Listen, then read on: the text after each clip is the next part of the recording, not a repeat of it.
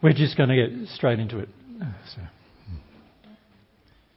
Okay, right, we'll wait till everyone's in here. Yeah. Just wait for everyone to settle and then we'll...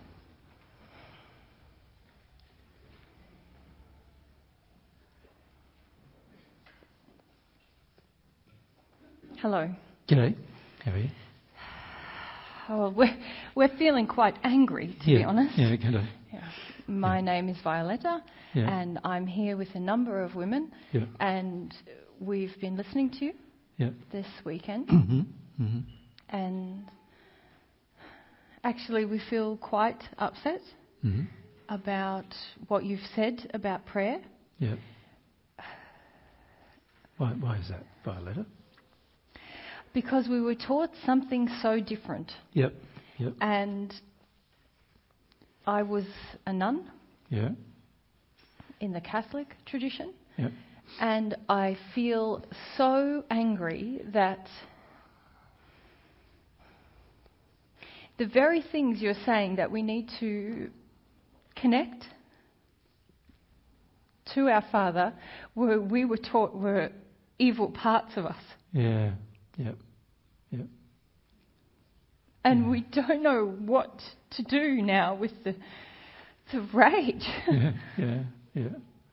And do you feel so angry because you lived such a long time on earth with these ideas and concepts that you're now learning are probably false? Is that how you're feeling? Yep.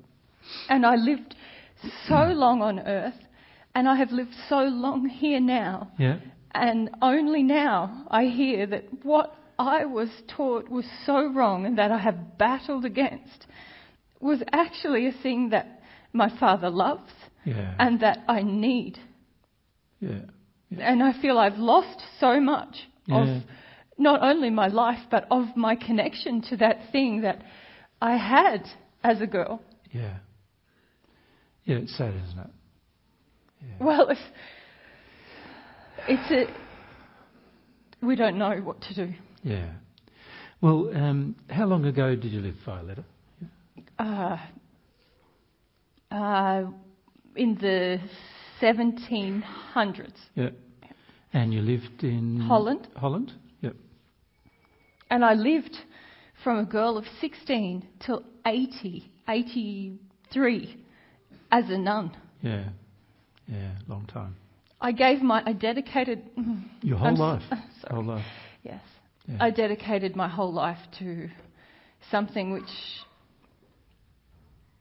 I feel it's destroyed me now. And I have lived so much since then, believing that I'm still sinning so much that I can't feel my Father's love, my Father's gratitude. I feel nothing, and I have blamed myself for it the whole time.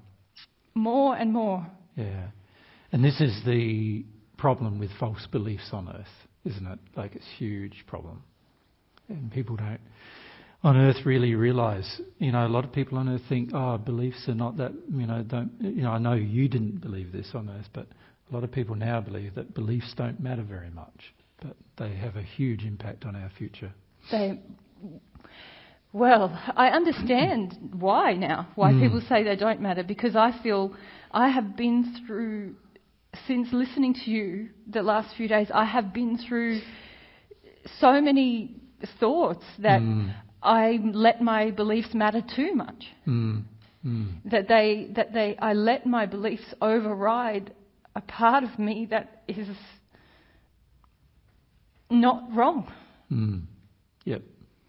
Trying to force yourself to believe things that in your heart you sort of feel almost opposite to sometimes. It's difficult. Well, no, I believed in my heart it was wrong. I believed all of my emotions were my sin, all of my femininity, all of my self. Yep. What I think now is myself. I still don't really understand what you're saying, but it feels like something very essential to me. You suppressed, pushed it away constantly. You were taught to. I don't know how to reach that again. Yeah. Well, your anger is the beginning of reaching it. So it's hard even having it. I have it so much. Yeah, like rage. Yes. Yeah, rage. About, what is it now? 400 years of lost life. Yeah. Well, I understand the pain. I do. And the pain is a direct result. It's not your fault. It's a direct result of teachings that you were taught as a young girl, that you started to believe and were almost, if you look back on it, probably even sort of forced into believing to a degree. Well,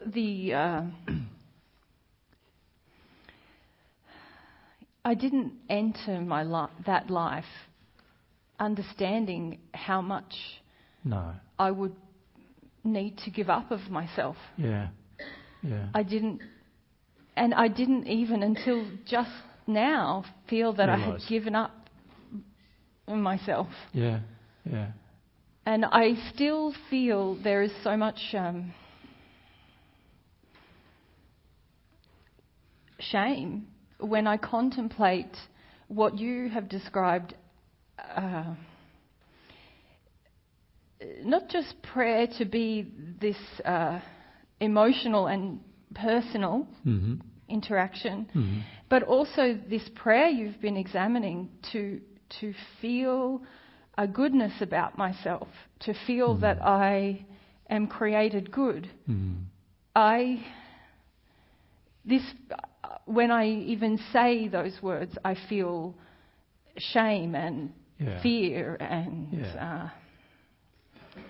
Well, a lot of the Catholic faith is fundamentally based upon this idea that you're born a sinner, and fundamentally that you remain one without Jesus' blood. You remain one forever. And in my life, I was taught to believe that as a woman, I'm even less worthy, even less worthy of, well, you it was, but and God. Yeah. And that I must suppress the feminine urges, the emotional, the instinctuals, the intuitive. All of these things were viewed as my sins. Yeah. The sexual, all of it. Yep. No, you did right. That's exactly the purpose of creating the nunnery, wasn't it? To suppress all of these things. Well, it's been a revelation to begin to consider these things in a new light, and it's a very rapid. Obviously, there's many of us here, and we have been questioning in recent times, years. Is there something else? Something wrong? Is there something else?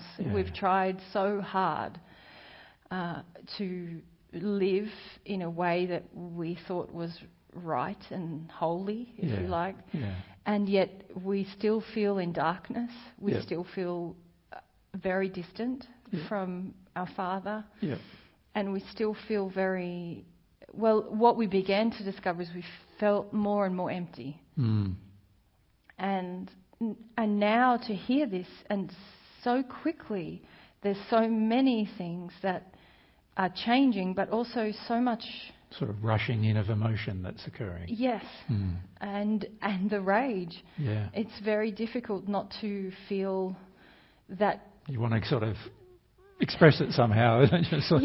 But we go, or I go through waves of that, and then the feeling that this is a very big sin. It is a very big sin for me to feel this intensely about anything. Yeah, well, this is something that is important to understand. When we have had something that has been false taught to us for a long period of time, that we've imbibed as true, and then we're taught a truth that shows how false the prior thing was, there is undoubtedly going to be some anger about that. because it's a lost period of time of life. There's going to be some disappointment. But I must say that the main reason why it's anger is because there's also a resistance to the sadness. You follow what I mean? Yes. There is this, how you've learnt on earth to be very stoic, like bear things, to yes. bear your cross, bear your burden. Yes, and I've come to sort of see myself almost from a distance, from outside myself. Yeah, like you're observing yourself rather than being yourself. Yes, and live totally in the mind. And totally, any time there's a desire that I feel is impure or not correct, to suppress it with your mind. Yes, deny it and to chastise myself for it. Yeah, punish yourself for it, really. Yeah. Yes, and because of that, and then to find out that all of that was all unnecessary, is also such a disturbing thing, isn't it, to find out? So I understand why you feel angry. But it's your grief that is going to heal you, not your anger. So when you get angry, it's a way of trying to control, the pain of something. You understand? So when you feel this angry, you're still trying to control the grief that's inside of you about having 400 years of lost life. Make sense? And the key is to allow, what I've learnt to do myself is to take my grief to God and go and just bear my grief there like I suppose you could say like an offering. This is my grief and this is how I feel. I'm not sure if I don't feel angry with God right now. Of course, but how does God allow it? I understand what you're saying, but how does God allow this? Well, God didn't allow it for a start. The Catholic faith was developed by men right back in the 300s, and it was developed for the purpose of obtaining power over people. Well, they had it over me. Yeah. And it was not in accordance with anything I taught in the first century. And it's also not in accordance with God and God's views either. And God is if you feel God's feelings about it, you feel that God does feel that it's a very bad thing that was done to you. You must tell everybody this. Mm-hmm. Yeah. Well, we're trying to tell everybody. But you can see on earth the big problem is that if people want power, they create all sorts of regimes to create a structure for the power to exist, and then they support that structure through violence. Right? But now I feel violent. I feel like I want to go to the earth and destroy every system. Yeah. They all seem now to oppress. Yeah, they do.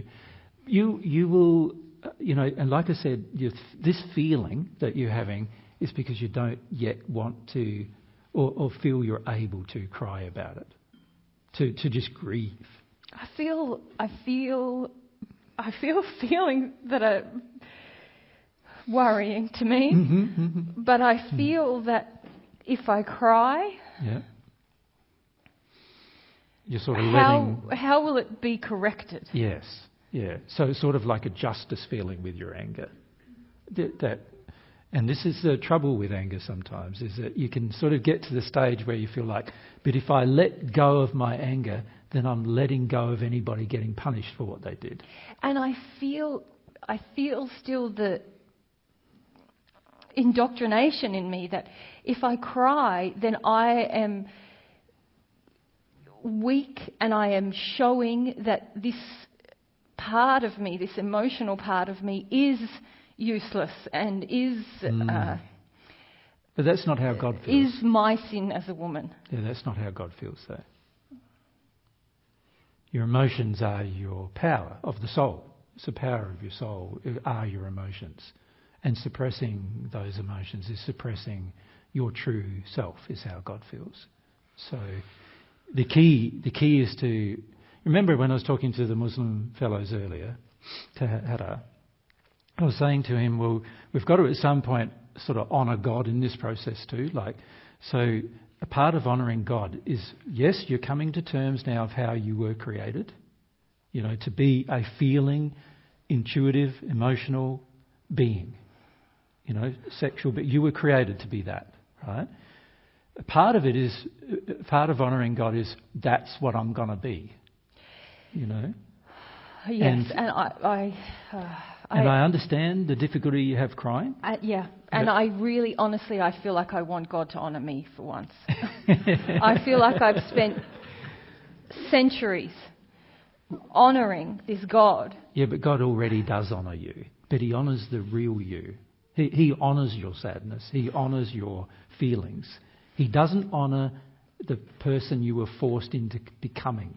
And so what do I do with that experience that I've lived? You grieve it. That's the only thing that's left for you to do. That can't give me back.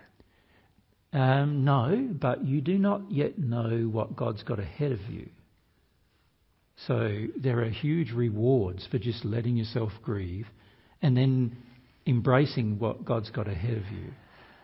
See, on earth, when you accepted the Catholic faith and you embraced being a nun, you were accepting what men put ahead of you. You understand?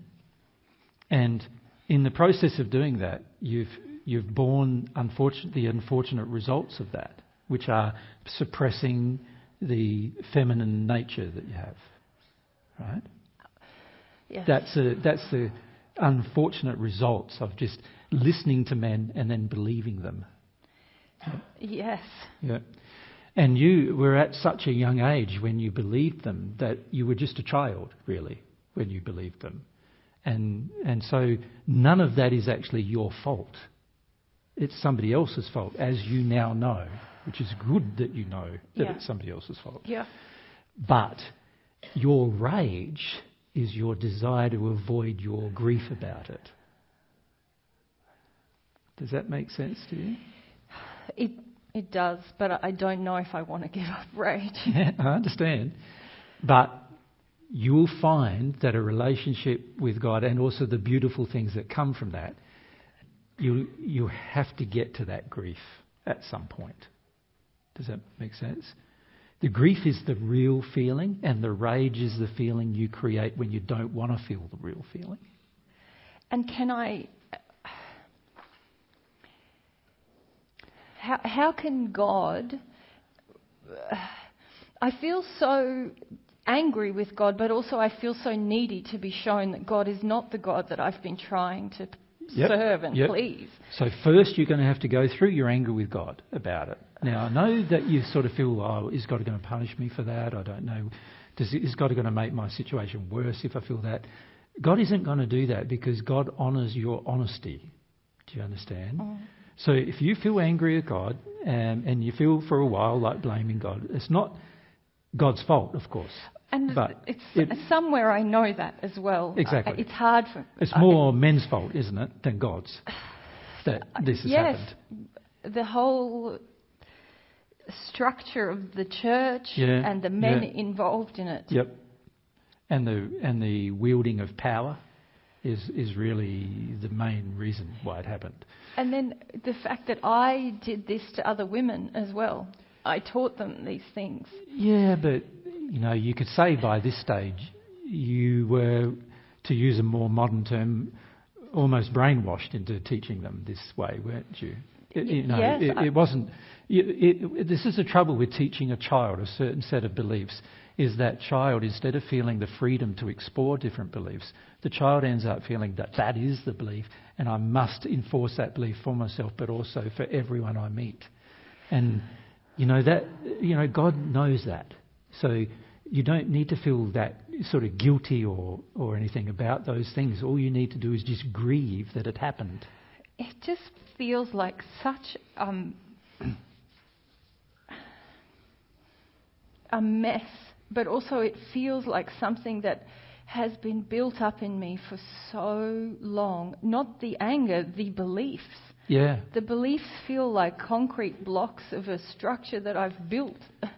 Yeah, and not only you built, right? So people even implanted them there. Yes, yes. And then you've built upon them. Yes. Built upon the false foundation. Yes. And you could say that's the foundation of sand, right? Mm-hmm. Yeah, I talked about. Yeah. Yep. And this is the trouble with a foundation, like a house built on sand, is that eventually it must fall. And you've just got to grieve the fact that all that effort was put into building it and all that faith was put into building it, and yet it was all false and it's just got to fall. And how can I feel strong as I grieve? Well, you can't. That's the point of grief. See, the anger wants you want to be strong, and that's why the anger exists. Yeah. And you really can't be strong while you grieve, But you'll actually find there's a real relief in it. Grieving is a relieving process where you come out of it feeling like you can breathe again, like you're free and peaceful and serene. And, that's the beauty of not trying to gain control over your grief, but always letting yourself feel it, is that you end up, after you've felt it, you end up in a state where you feel relieved of the burden of it. Yeah? When you hold on to it, you're not only holding on to the grief, but you're also creating anger. And then you've got a double issue. You've got the grief that's being stored, that's still determining your actions. And then you've got, on top of that, the anger that drives a lot of, violent behaviour, potentially. The key is to learn how to feel your anger without becoming violent with it. Okay. Does that make sense? Yes, because now I feel, as you're saying this, I see that it's not good to be violent. Yep. But now I feel But you don't want to suppress your anger. Temptation to suppress it. Correct, yes. correct. So you remember Paul said that you could be angry but not sin. You remember that? Yeah.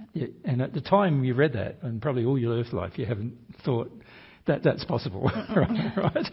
But now you can see that you can be angry and not sin. And the way you do that is by feeling your anger in a private setting where you've got things to bash and you've got things to yell at and you've got, you know what I mean? And God's also happy if you want to yell there as well. He'll be right with that because he can handle it. Right? He knows that he's not to blame for what's happened to you, even if sometimes you feel he is. And also, he knows who is to blame, and he has already attributed that blame to those people through his laws. So he's already done that as well.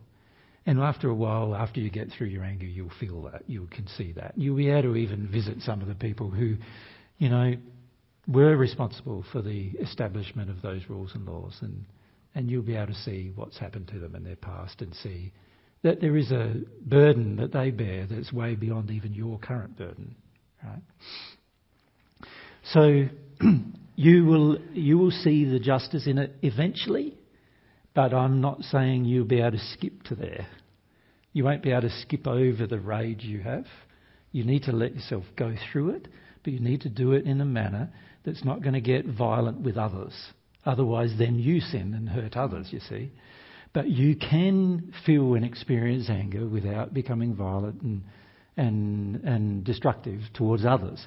And also you can ask some of your friends. I've got some friends coming to you now, and they're going to show you how to create an environment where you can just express your anger without hurting anyone. You follow?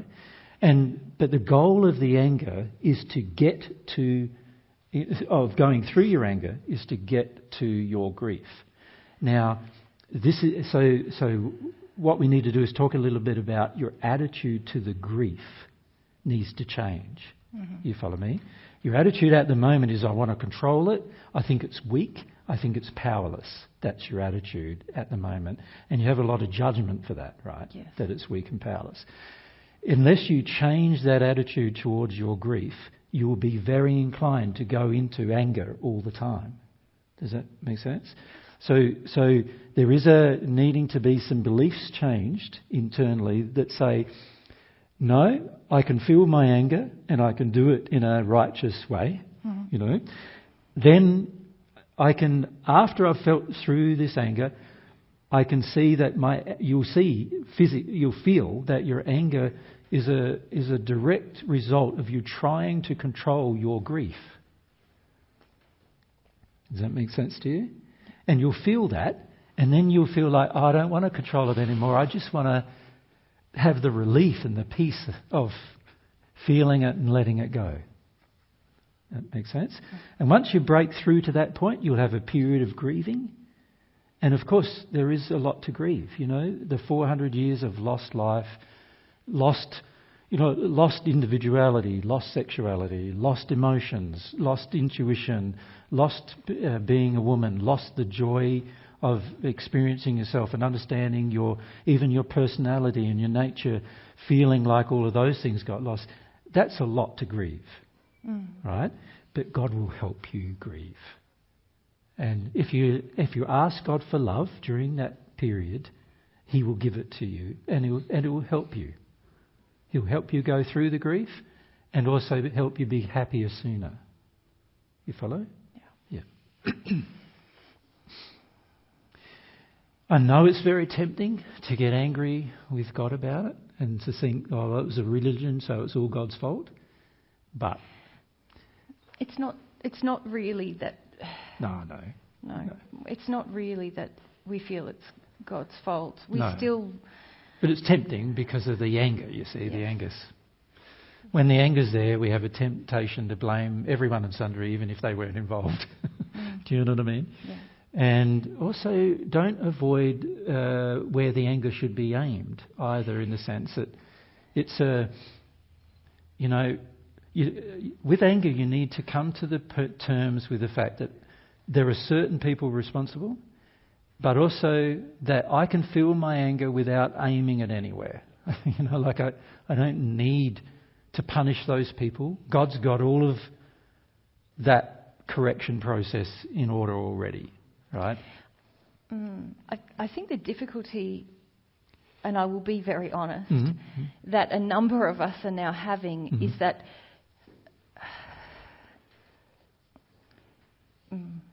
it's very hard to say. That's all right. That's all right. That we can't listen to men anymore. Yeah, I get it. Yeah, I get it. And it's very hard to say that because we don't. Yeah, but it's the truth of what's happening. You're my sister, but I understand. Like, you've been what I would view as abused by men all of your life, and the way they've abused you is through your beliefs. Do you understand? They've taught you false beliefs and abused you by using those beliefs to abuse you. And so that's no different than violent abuse and no different than sexual abuse and those things did happen. Yeah, that's right. Those things also happen, particularly, right, by other men, religious so-called, as well, right? So God understands why you feel the way you feel, right? And I do too. And, not all men are like that, but unfortunately there is a large majority of men on earth like that, unfortunately, as you well know. And particularly during the time in which you lived when there was less law controlling their behaviour.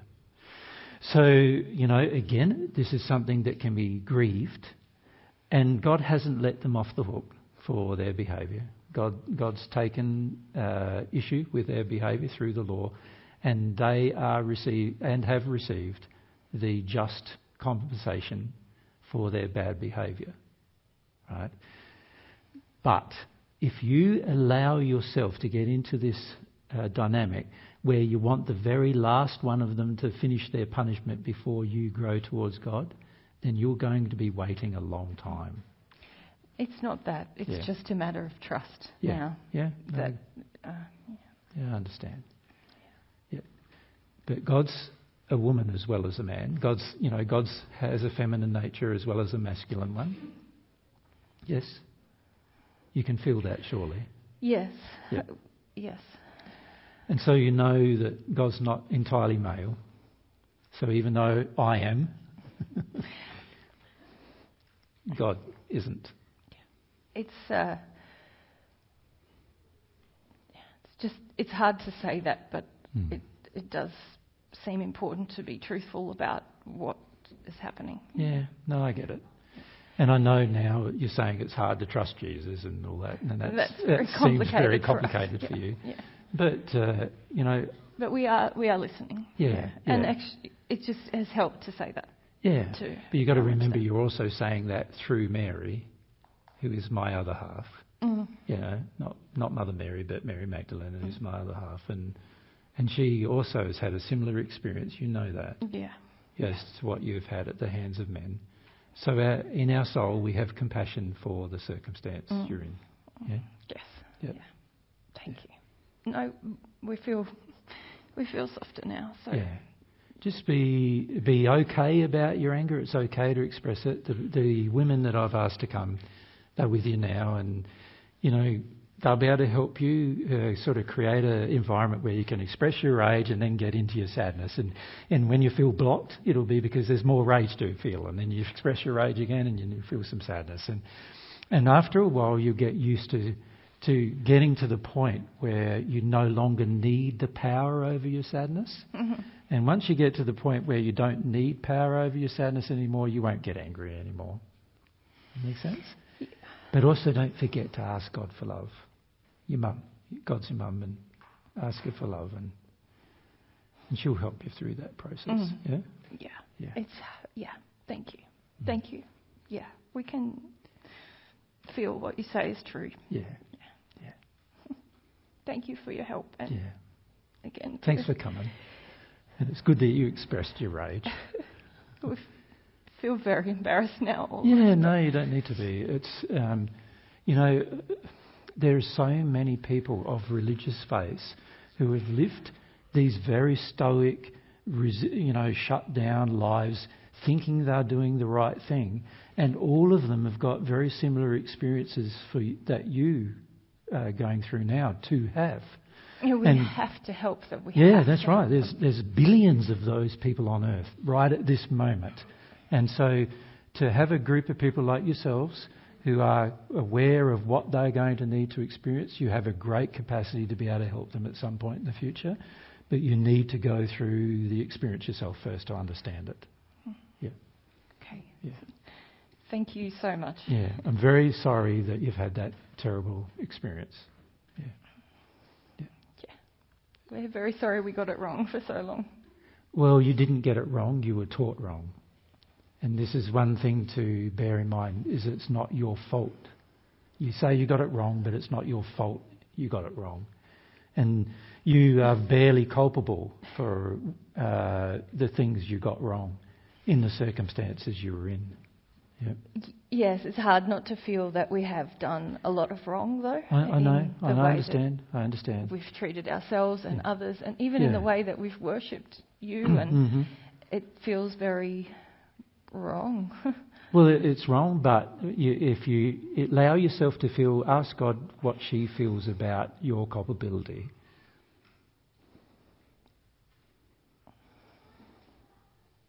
Mm-hmm. Less than we think. Less than you think, yeah. Yes, and that's worth remembering too, right? Because one of the traps you don't want to get into here is blaming yourself for what you did after you were indoctrinated into a process. Yeah?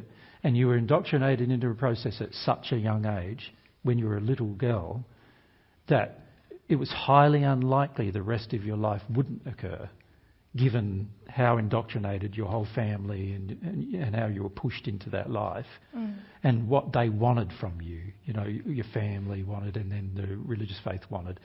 And you were taught that this is the way you worship God, by giving all of these people all the things they want. And this is, this level of indoctrination that's occurred is fundamentally like getting a child and moulding its mind to the point where it's incapable of thinking and breaking away from it for hundreds of years later. Do you understand? Mm-hmm. So don't be so harsh on yourself about it. You follow? Okay. Yeah, God's not going to be harsh on you about it. Mm. Yeah. Okay. Yeah. Thank you. Yeah.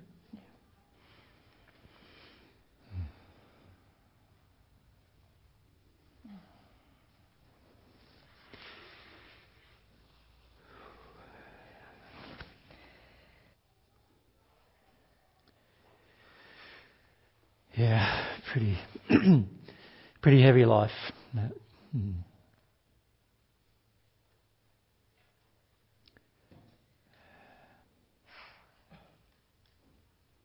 There you go. Sad. Yeah, sad life. Yeah,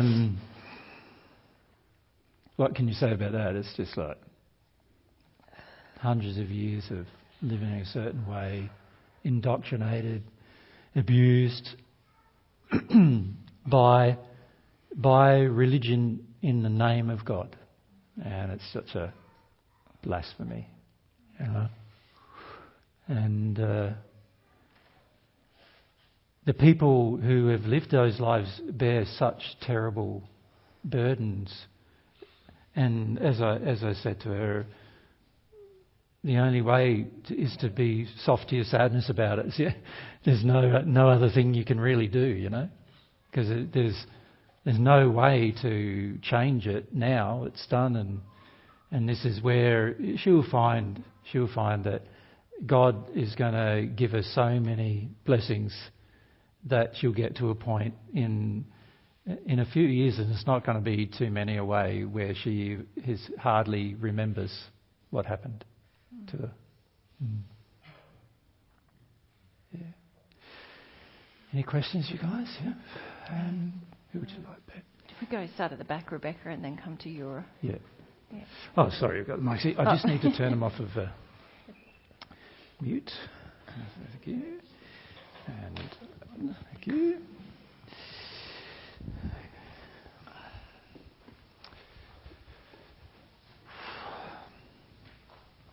Thank you. It feels like we just witnessed such an example of God's mercy and love and everything in the prayer. But why now? Why, if God was always giving that mercy and love? Why now? Why now? With regard to the women in particular, you were saying, Bex, or why are the women receiving God's tender mercy and desire and everything in the prayer now?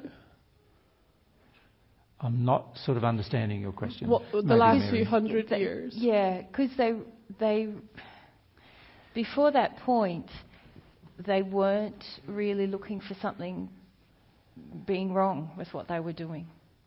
So God felt compassion for the situation that they were in and for the hard time they were giving themselves, because they were really hard on themselves about the fact that they... And by the way, I must point out that they've been surrounded by thousands of spirits trying to help them. Yeah. For all that time. But their will was so engaged in what they had been taught on earth that they had to sacrifice more of themselves, and that it was obviously the part of them that was a problem, that they were in a state of darkness and that they weren't progressing, or that they couldn't feel God. Yeah. It shows the power of asking, doesn't it? You know, reflecting and asking, and yeah. Yeah, what happened with this group was that once our spirit friends, we organised with our spirit friends in advance what we're going to talk about a bit. And I said to our spirit friends some time ago that we want to really focus on relationship with God and prayer in this coming series of talks we do. And they know that now we've got an opportunity to bring some spirits who, like the Muslim spirits beforehand, and also the Christian spirits who have just come, to bring some spirits along who have been blocked and they can't see us and we can't get to them. You know, their belief systems are so indoctrinated from such a long time, and for such a long, firm, there's this firmness of spirit in them to stoically continue in it. Our spirit friends might have been able to help them like hundreds of years ago, but the trouble is these women couldn't even see them. Like they were so indoctrinated in their belief systems and so indoctrinated in having to keep it up, and so fearful too about what, about hell and, whether they're in purgatory or hell and why would they be in such a thing. And so for these women, they were afraid they were in purgatory,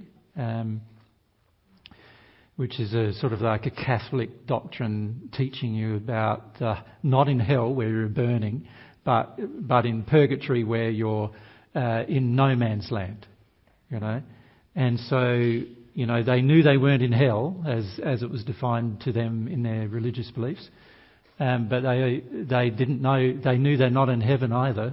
That's why they kept feeling like there must be something more we can do that we have to do to get into heaven. We have to earn heaven. Yeah. Is what they were feeling, and because they were so stuck in the belief systems of the Catholic faith, nobody could. They couldn't even see a spirit who didn't have those same beliefs. Right.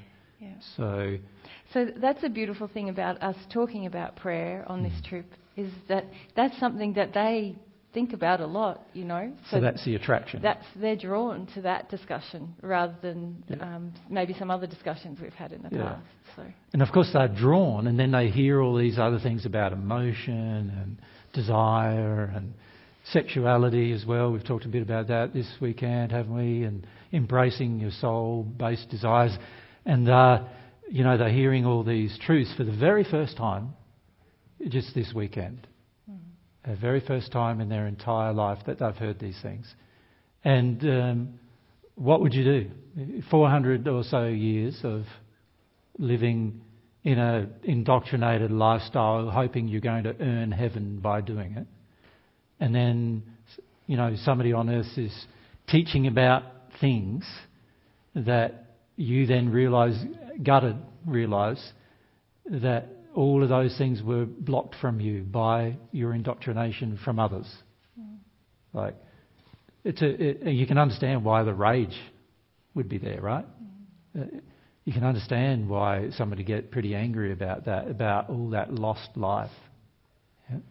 And there was quite a bit they went through also just having our identity confirmed as well. So Paul came, they were attracted, and then Paul came, and then I didn't know this till just this moment, but and they were like, oh, okay, we recognise you, and then he sort of added weight, I suppose, to what we were saying because he could confirm who we were, and it's nice for them. So when Mary says Paul, the Apostle Paul, she's referring to that you would have heard of.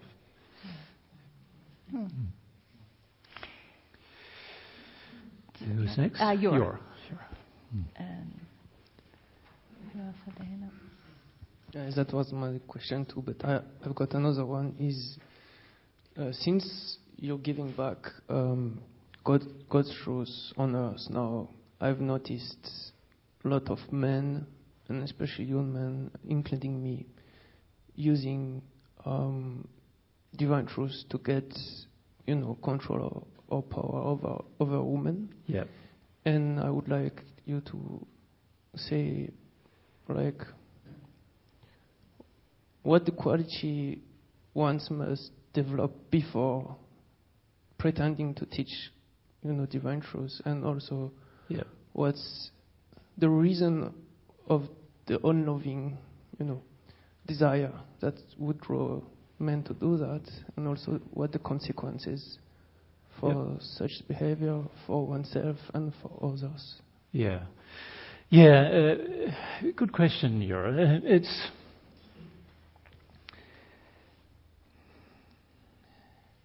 There's been many hundreds of thousands of years of men trying to dominate women, unfortunately. It began because when the first human couple sort of left the potentiality of receiving God's love, what started to happen, remember yesterday I talked to you about the animal instincts. Remember I talked about that? And maybe I might just remind you by just drawing a few things about it. So you remember, so with the soul, of course, there's two halves to a soul, right? And then you've got the bodies, the spirit body and the physical body connected to the half. So the mostly masculine half of the soul, obviously there's male bodies if it's mostly masculine, and mostly feminine half of the soul is, mostly, I'll give you girls' dresses.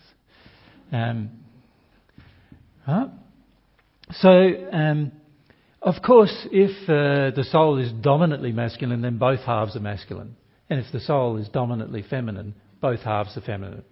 But the same principles apply in the sense that there's two halves of the soul. We've now got the half of the soul sort of separated. You could say it's separated by consciousness rather than reality. In other words, you're not aware you're joined, and so you're not joined. You don't act like you're joined. You only can be joined when you become aware you are. And awareness is not an intellectual thing. You can imagine you know, but you don't. It's only when you feel it that you know. And so what happened over centuries after the, you could say the fall of man, if you read the Paget messages, which we encourage you to do, that's why we gave you the gift, right? If you read the Paget message, you'll see we referred in there to the fall of humankind quite frequently. And a part of the fall involved the man realising that he was in a more powerful body than the woman. And in the realisation that he was in a more powerful body, he started to recognise that he could use his physical traits to dominate her. You understand? If he so chose. And unfortunately, due to the fact of being removed from the soul, from their soul feelings, they chose to do that, right? And men have been choosing that since, this domination. Then on top of that, we've got additional problems, and the additional problems include things like families believing that the male child is more important than the female. And that comes from this whole idea that if you have a male child, he'll be able to dominate things. He'll be able to, save your fears. He'll be able to, go to war for you if he has to. He'll be able, and, having women going to war when they're in slighter bodies is more difficult because they're always going to get overpowered by the violent brute of a man who's in the bigger body. You understand? So the women even started to learn that, I need to create a man, I need to have a child that eventually can grow up to protect me as well. You follow? And so then, because of this, that added to the momentum that each new generation of men believe themselves to be superior to the woman. And by the way, we're not. On a soul level, in some ways, we're partially inferior, actually, in the sense that the feminine nature has a lot more intuition built in it generally than the masculine nature does, right? And the intuition is what's going to help you with spirituality.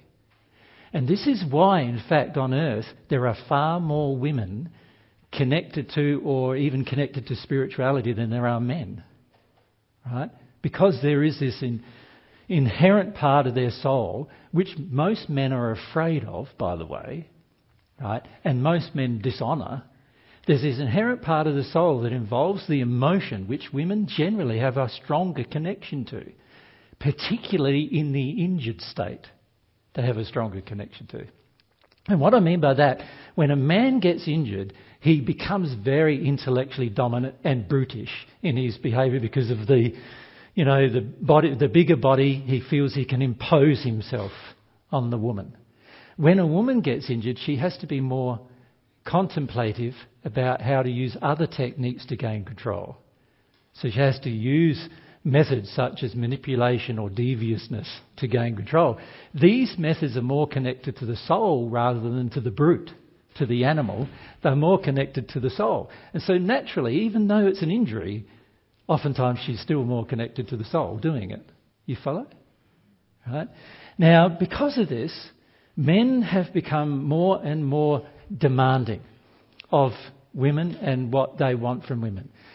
And because of this separation, men have also become more lonely, ironically.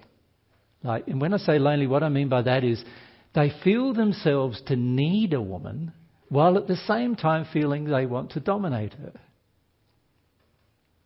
So this is a very strong dichotomy, really, that occurs in most men. Is they feel themselves to need a relationship, but when they get one, they then want to dominate the woman and dominate her thoughts and dominate her feelings, thinking that that's how they keep her there.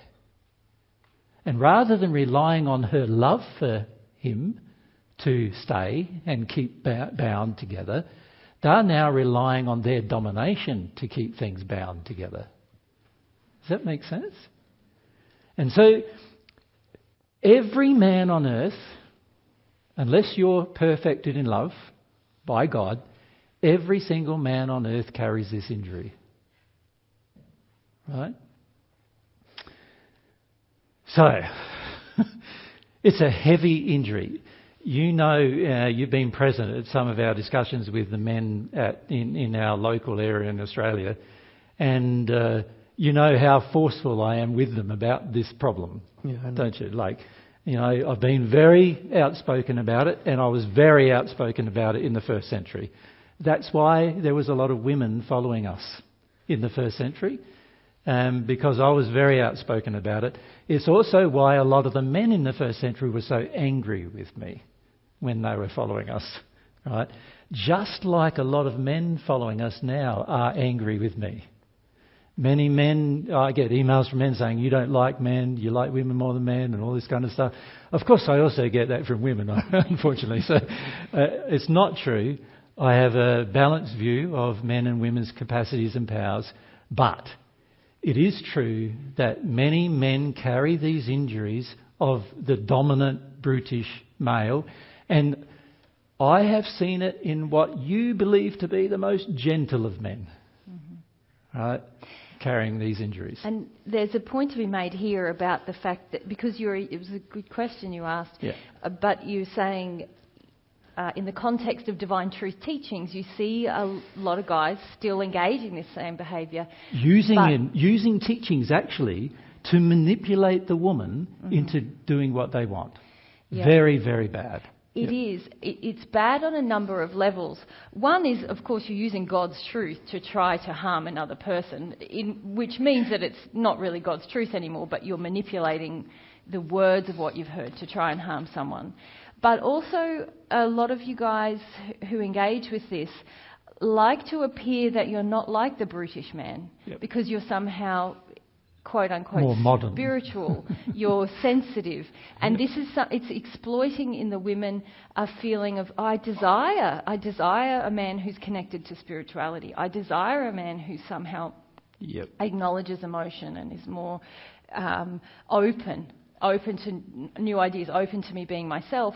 And then when you engage in those same domination addictions with the women in that context, it's actually trying to control a very important part of the woman, which is her spirituality, and the most important part.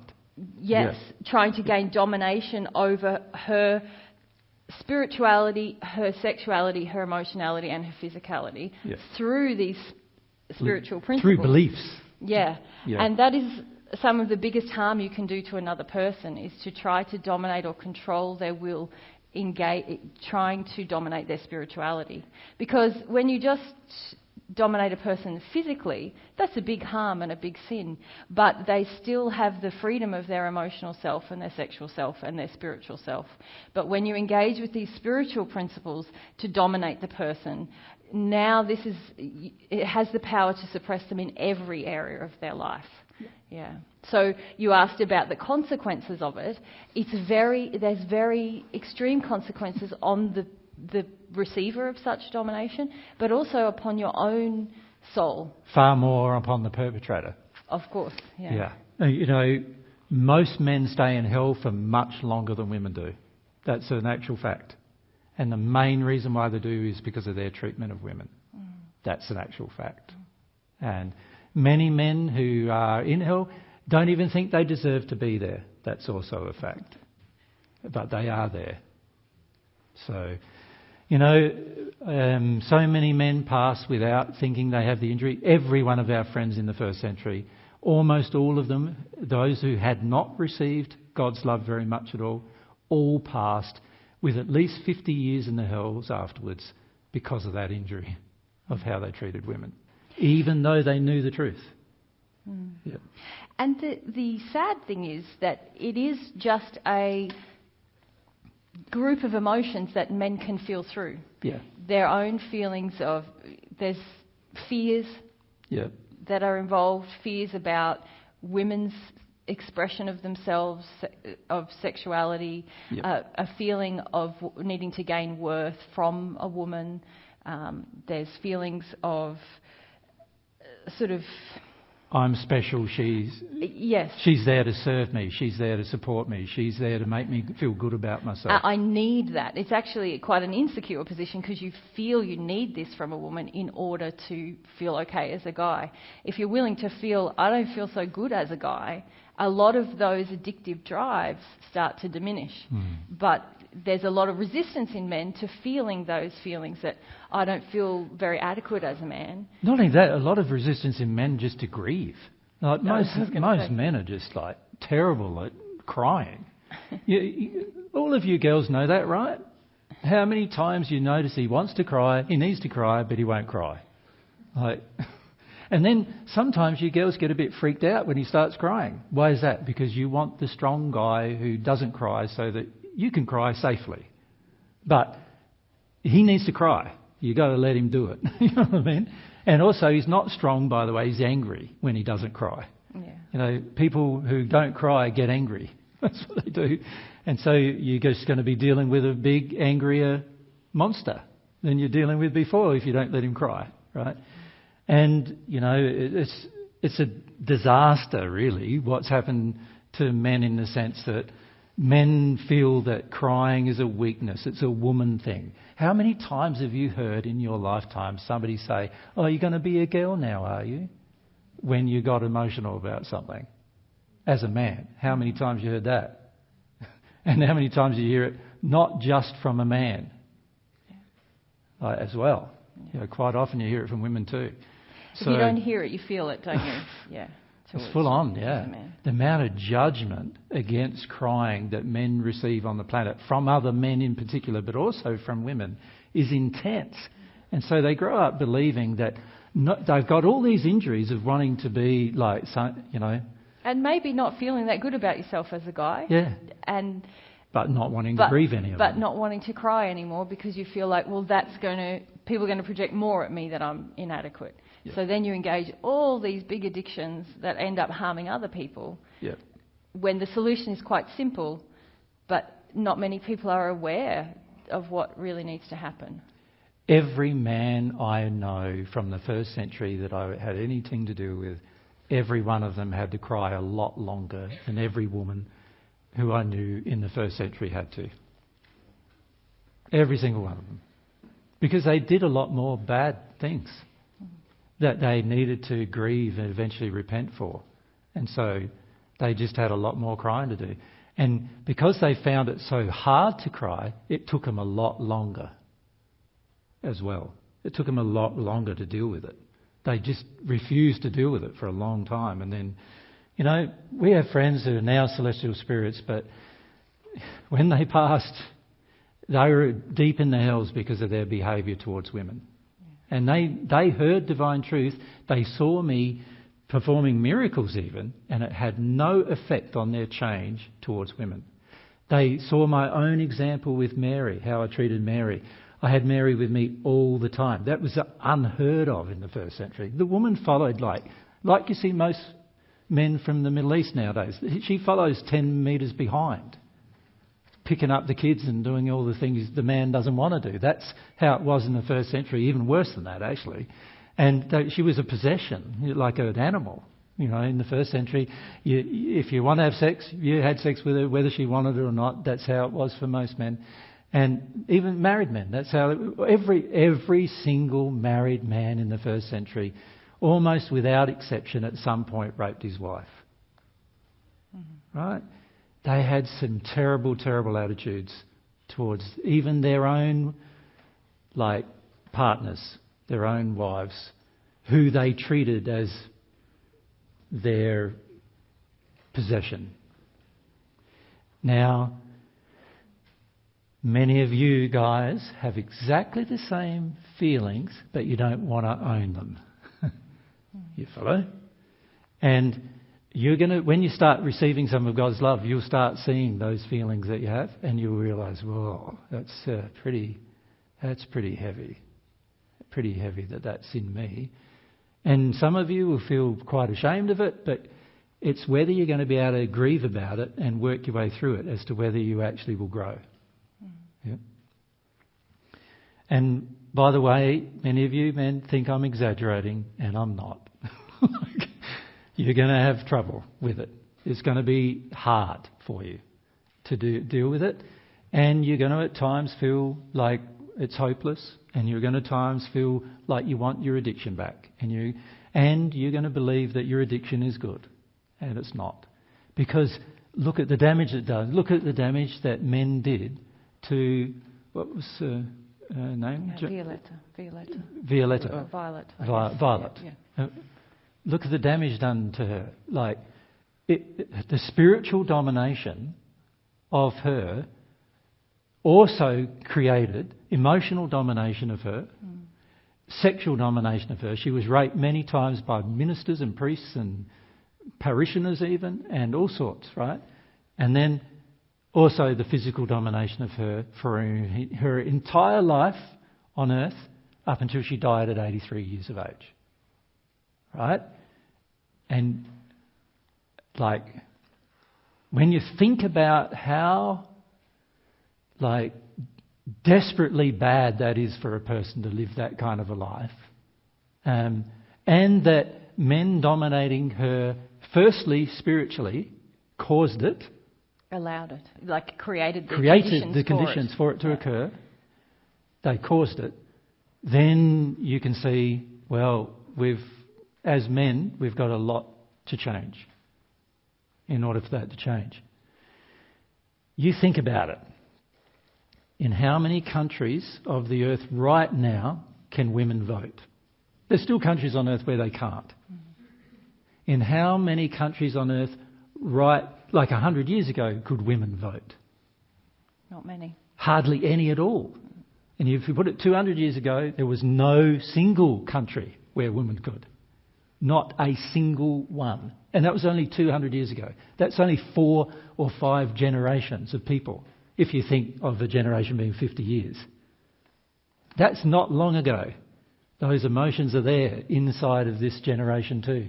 And you see it playing out everywhere. Everywhere. Why is it that women are paid less? It's because of this emotion. Why is it that most women stay home looking after the kids? It's because of this emotion. Why is it that most women grow up believing their only decent role is to be a mum? It's because of this emotion. Try being a woman who hasn't had kids in this life. And feel the projection. Yep. Some of you've had that experience. Yeah.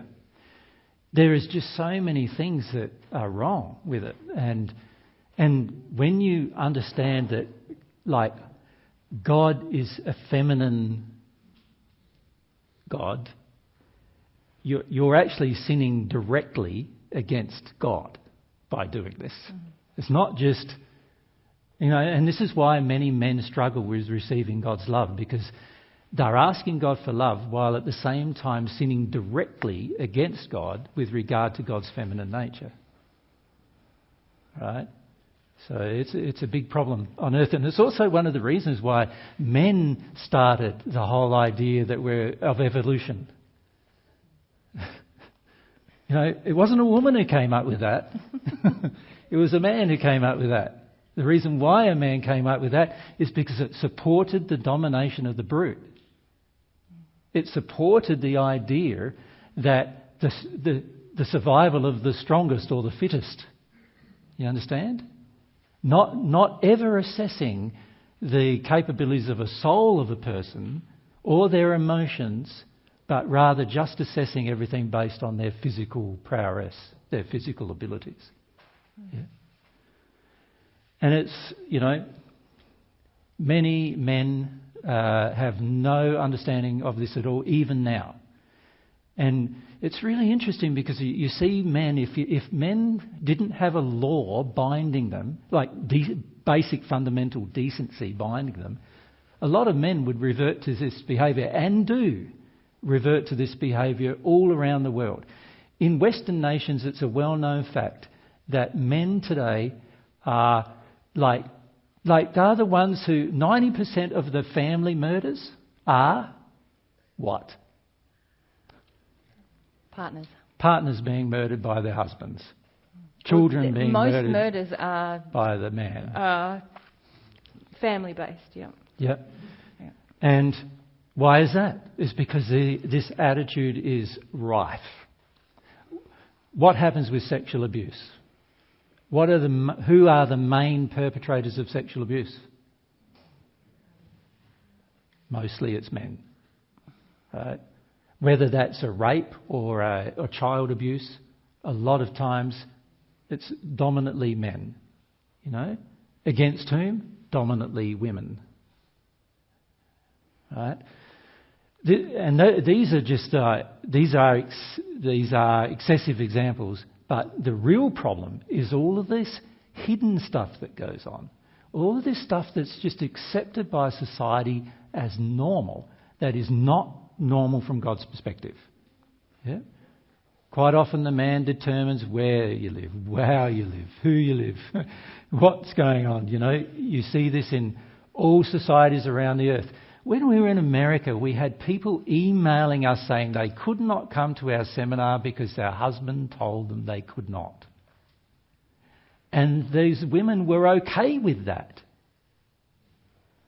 So not only are the men at fault, but also the women are at fault, just accepting it as if it's normal. I'm going to keep my relationship with my husband, even though he's controlling my behaviour. So it's everywhere. And they're still everywhere, on earth, still everywhere. We see it everywhere we go. It's a major topic of conversation when we talk to people as to what's blocking men from receiving God's love. You can't expect to sin against the feminine nature of God and then get God's love. You can't expect that. God's saying, no, improve your treatment of the girls, guys. Improve your treatment of them, and then you're capable of receiving some of God's love, right? But a lot of us, there's so many emotions involved for men too. It's that we could talk about for quite a few weeks. But I just wanted to say that to you. It's a good opportunity to say that to you because of your question, Yora. And it's important to understand that it all began when we all started stepping away from the fact of you could call it what are God's priorities of the soul versus human priorities of the soul. So God's priorities of the soul are, your soul comes first, and your soul being what? The spiritual side of you comes first, then comes the emotional side of you, and then comes the sexual side of you, and then comes the physical side of you. And the physical side of you includes the physical body as well as the spirit body. The spirit body is a physical body that exists in the spirit world. When you do pass, you'll feel it like it's your new physical body. That's how you'll feel it. So the physical body, right? Physical, is that how I spell it? Maybe if I can. I can't see, John. Right. There's the priority system as God sees it, as God established it to be. Most men, what do they see as their priority? either sexual or physical first, don't they? So either sexual, physical, or physical, sexual. And then when they look at things like emotion and spiritual, what do they think of that, most men? Emotion is like pathetic, right? Unless you're angry, which is good. Right? And then the spiritual side is like, oh, well, yes, there are men, of course, who have a spiritual side, but they still use it to dominate women generally. Right?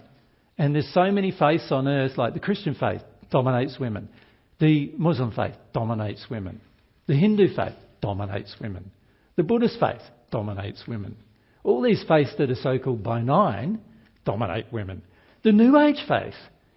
In the New Age faith, I have seen sexual predator after sexual predator go to each New Age group, finding another woman to have sex with and using their so-called connection with spiritual thing to get that happening.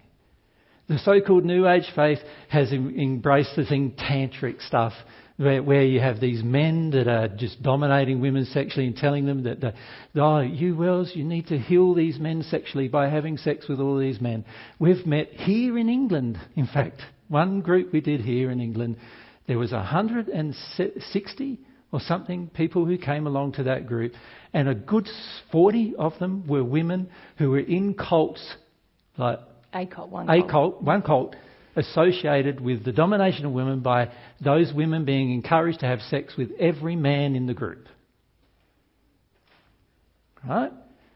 How does that happen? If the men are spiritual, it actually wouldn't happen. So they're doing it in the name of spirituality. In the spirit world, there are, like, you go to India. How many gurus in India finish up having sex with the people who come to their enclaves? Many. Those of you who might have been, you would have seen it many, many times.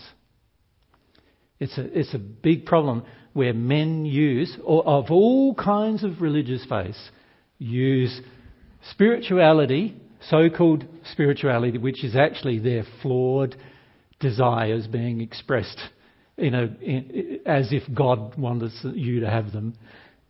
And they use that to crush women into submission sexually and emotionally. Yeah. And you can see why there's so many problems with it. Yeah. So it's a big issue. There are dire consequences for your soul doing it as men. And there are also bad consequences for the women who are abused by it. Of course. And naturally you can understand why they're upset. However, many of the women find it much easier to deal with the consequence than the men do the perpetration of the action. The reality is, when you become a perpetrator, where you take power over others, you will always find it much harder to heal from it. Right? And so this is why there are more men generally in hell than there are women. Because the men find it a lot harder to heal from their desire to perpetrate bad behaviour than the women do from trying to heal from the abuse. Make sense, Jörg? Yeah, it does. Yeah. So what I'd encourage you to do is to feel about the consequences of the behaviour, but also feel about how wicked is it to use a spiritual belief just for your selfish purposes. You know, you're using the highest form of a person for your selfish sexual and physical and emotional needs. And it's a very, very wicked thing to do. And this is why many men are in hell for a long period of time, because they've been very wicked while they're on earth. Yep. Is the question at the back related to this topic? Yeah. Let's go back there. I wanted to make a couple of points too, but for the women. So, yeah. Sorry, Jesus. Just a little clarity on it with Violetta. You said that you use Ephesians. You use something from Paul's writing from the Bible. Yes. Which was it? It was be angry and sin not. That you can be angry and not sin, yes. So you were just referring to that specific words, but not endorsing the writings of currently as in the Bible. Correct. Okay, good, thanks. There are many things in the Bible that have been... that are portions of it have remained that were of the original. And that's one thing that was of the original that Paul actually did write. So you were endorsing Paul's. The question was, you were referencing it, but were you endorsing it? I understand what the question was. What I'm saying is that particular statement that he made, he did actually make. And also, I agree with it. You can be angry and not sin. The way you can be angry and not sin is by feeling your anger in a private setting, using, expressing it and connecting to it really properly. And then once you connect to it and express it really properly, you'll find you'll very rapidly connect to your sadness. But if you use your anger to dominate your sadness, you are now sinning. Does that make sense? That makes sense. Yeah. So yes, I agree with that statement, but that doesn't mean that I agree with the whole book of Corinthians and Ephesians and Colossians and all these books of the Bible that Paul actually wrote. And also, by the way, I must say, and Paul wants me to say, that a lot of it is nowhere near what he wrote now. He did say that in the Paget. Yeah, so he's modified it so much, right?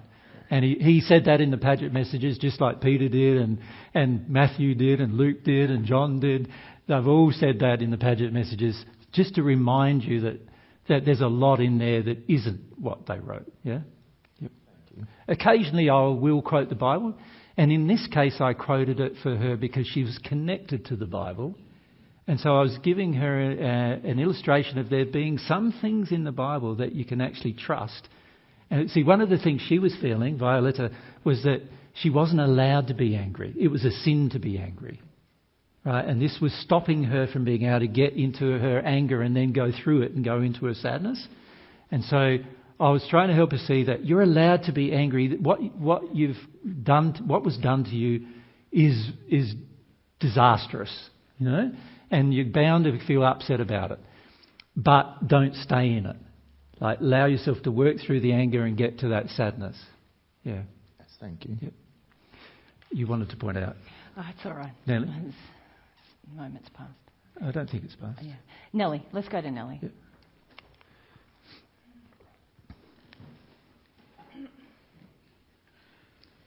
I realize that I'm quite angry towards some men in my life. Yep, understandably.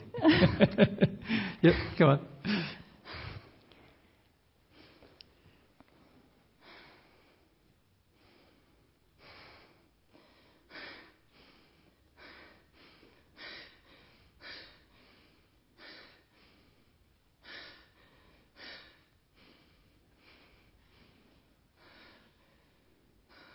Do you want a minute, Nell? Yeah. Just ask somebody else and then you just have your feelings. We'll go to Anna there. Anna. My question is, how, as women, when we have been hurting men in various ways, how do we honour and love God's male creations and not facilitate or support more harm, which is something that I often do with scary men. This is what Mary wanted to talk about. Yeah. With scary men, I often pander, and with softer men, I can be dismissive or bossy. That's right.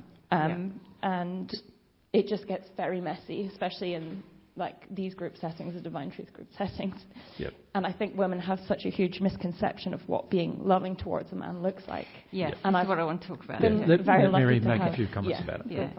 I wanted to say, so Jesus was talking to the men really directly about, guys, there's issues here. And I referenced that there's a lot of grieving that men actually have to do. So the first thing I want to say to my sisters is we need to change our attitude emotionally about men crying, for a start. Because the majority of us have one or both of the following beliefs. A man is a weakling if he cries, because I feel insecure in some way. I've got some kind of fear. Or two, my fulfillment of my purpose as a nurturing, wonderful woman is to carry this sadness for this man make him feel like it's okay, that he hasn't been such a bad boy, and come to mummy, I'll give you a cuddle, and it's okay, you can feel it. But actually all we're doing in that place is shutting him down from feeling it and telling him it's our job to feel that for you, not you. So those two things are highly damaging to men, and most women think they're completely legitimate, and the second one most of us feel completely proud about. We almost get turned on sometimes by being able to nurture a man, depending on what our dad was like. If our dad wanted us to be a quasi-mummy, often then we get attracted to men who put out this, oh, I need mothering, I really am a good guy, but I'm just sad. And then, we feel drawn into a relationship with that man. That is really damaging for both of us. And also, when we project at men, you've just got to be the tough guy and the protector and have your feelings, but also meet all of my addictions to feel safe and secure. We'll totally shut down that man. And we get in this place where if you're not careful, you project at the man, you are failing me by not being a spiritual and emotional being. But also, as soon as you start, now I'm withdrawing myself, my sexuality, my love, my emotion, my approval, because now I'm not willing to feel something scary or hurt from my past. So that's the first two things that I wanted to mention earlier about women need to take responsibility for our attitudes towards men. And part of that is how you love a man, Anna. You decide, I'm going to have all of my feelings and desire for the man to have all of his, and whatever he feels, I will feel whatever I feel. So that's very important. That sounds quite simple. Simple, but hard. Most of us are pretty resistive to it. Yeah. And the other thing that I see in a lot of the women here who come is, now that you have some education, Jesus is very vocal with men about how damaging their attitudes are, how much we have been harmed by men, and a lot of women, then it starts to connect to them to, yeah, that's true, and yeah, I feel really angry, I feel really sad, and then you start wanting to tell the guys, hey, you're doing that thing that Jesus said, and you want to change them rather than feel. You want them to get it, rather than you just feel how it feels. Or you can remember it this way, you want them to get it before you have to grieve it. And it doesn't work that way. Unless, if it's in you, you're going to have to grieve it. Even if he does get it, then you often, I've seen women feel a bit dissatisfied with that as well. It's like, oh, great, well, now he's having his feelings, but I still feel hurt, I'm so angry. So these are all the ways that women really not only delay our own progress, but work against men progressing on the very things that we're quite upset about. Yeah. But you did raise another issue, Anna, which is the issue regarding how you end up treating certain kinds of men. Yeah. So that's something Mary wanted to talk about with you as well. Yeah. Well, you go ahead. No, you start. No, I feel that is also such an important point, that most of the time we have been trained by our mothers and our fathers to look up to guys who are more bossy and more demanding, and because we think they're going to give us our addictions more. And also, can you maybe explain how? Yeah, so often we feel like if a man dominates the environment, our fear of the environment will lessen. All we have to do is get control of that man, or get the approval of that man. Get the sexual control of that man, if you can. He will handle the environment for us. Whereas if we don't have that, then we feel like, oh, I'm alone in this environment. So this is why women often give more attention, more accolade, they seek out men like this more, because it's really selfishly trying to avoid certain fears within us about how's everyone in this environment going to respond to me. Whereas if I have this, he doesn't meet this addiction. It was one of my big problems in the beginning. If I have this guy who's willing to dominate some people and feel superior to people, most other people in this environment will agree to what he wants and what he says. And then I feel like, not just like everybody is less of a threat to me. Mm-hmm. So we tend to give these men more of ourselves, more of our time, more of our... we listen to them more, all to... It's not the primary reason, though. Try to manage that fear. Say more. The primary reason is because you're scared of them. Yeah. Yes, yes. So that's what I was going to say. It's not... I've just got to manage one guy, not all the guys or all the people. So you want him to manage all the guys, but now you have to manage the one guy. I was getting there, wasn't I? But I stopped myself. But it's like if I withdraw from him, then there's him and all the other people. And he's probably the scariest. So if I deal with the scariest and get him under control, I feel like... It's more to it even than that. Go. And that is that most women have learnt that they feel that they can grieve. Most of you girls feel this way. You can cry if you have to cry. But when it comes to feeling afraid, that's when you get angry. You understand? Many of you will recognise that, you can handle crying if you have to cry. But when you feel like you're scared, now you don't want to feel fear. You want to feel anger. You want to get power over your fear. Now, with men who have been taught a lot of times by their own mothers, ironically, to be feeling superior, because they feel superior, you're automatically feeling like you are lesser than them in their eyes and therefore at risk of their poor treatment, which of course you are, right? And so there is a stronger desire then to pander to those men, but unfortunately what that does is it turns them into bigger monsters. Mm-hmm. It makes them feel more justified. More important, and more justified to treat you badly. And it's a common saying amongst men that if you treat a woman meanly, what? You keep him keen. Have you heard that statement? Mm-hmm. Treat a woman mean, you keep her keen. Why? It's because you treat her mean, she's afraid. If you keep her afraid, now she needs you to allay her fear, right? So she's going to be needy for you to allay her fear, ironically. She's going to want to try to impress you so that you don't hurt her, right? And so a lot of it is the refusal by women to not feel fear. Refusal to feel fear. Refusal, too negative, sorry about that. And the refusal to feel fear, to the constant desire to not feel it. And, you see this in mothers when they're bringing up their sons. They enter a relationship, the husband isn't very nice, so what they do is they connect to their sons and they try to get them to be nice, right?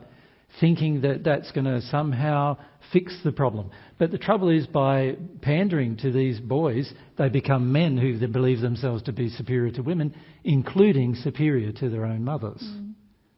So, of course, the very thing you were avoiding, you created, right?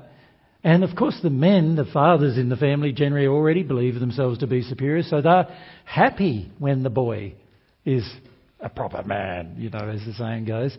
And so when the boy is mummied, of course the father usually dumps on the boy a bit, right? Because he's pandering to mummy too much, He needs to be his own man type of feeling. Ironically, partially true, but he's saying he needs to be his own man, but he wants it to be brutish. He wants it to be have power over her, right? And so he's getting a feeling of favouritism from his mother and a feeling of attack from his father. So now he's anti his father, he's in competition with his father for his mother's love. Right? And mum's giving him more love than she gives the husband. And so naturally he feels he's better than his father, even if he's not as powerful as his father. Physically, he still feels that he's better. And as a result, he then also feels he's better than other men. As a result, he feels that you women should treat him as if he's better than other men. And as a result of that, when you do, he thinks you're a lovely girl and he'll give you some rewards.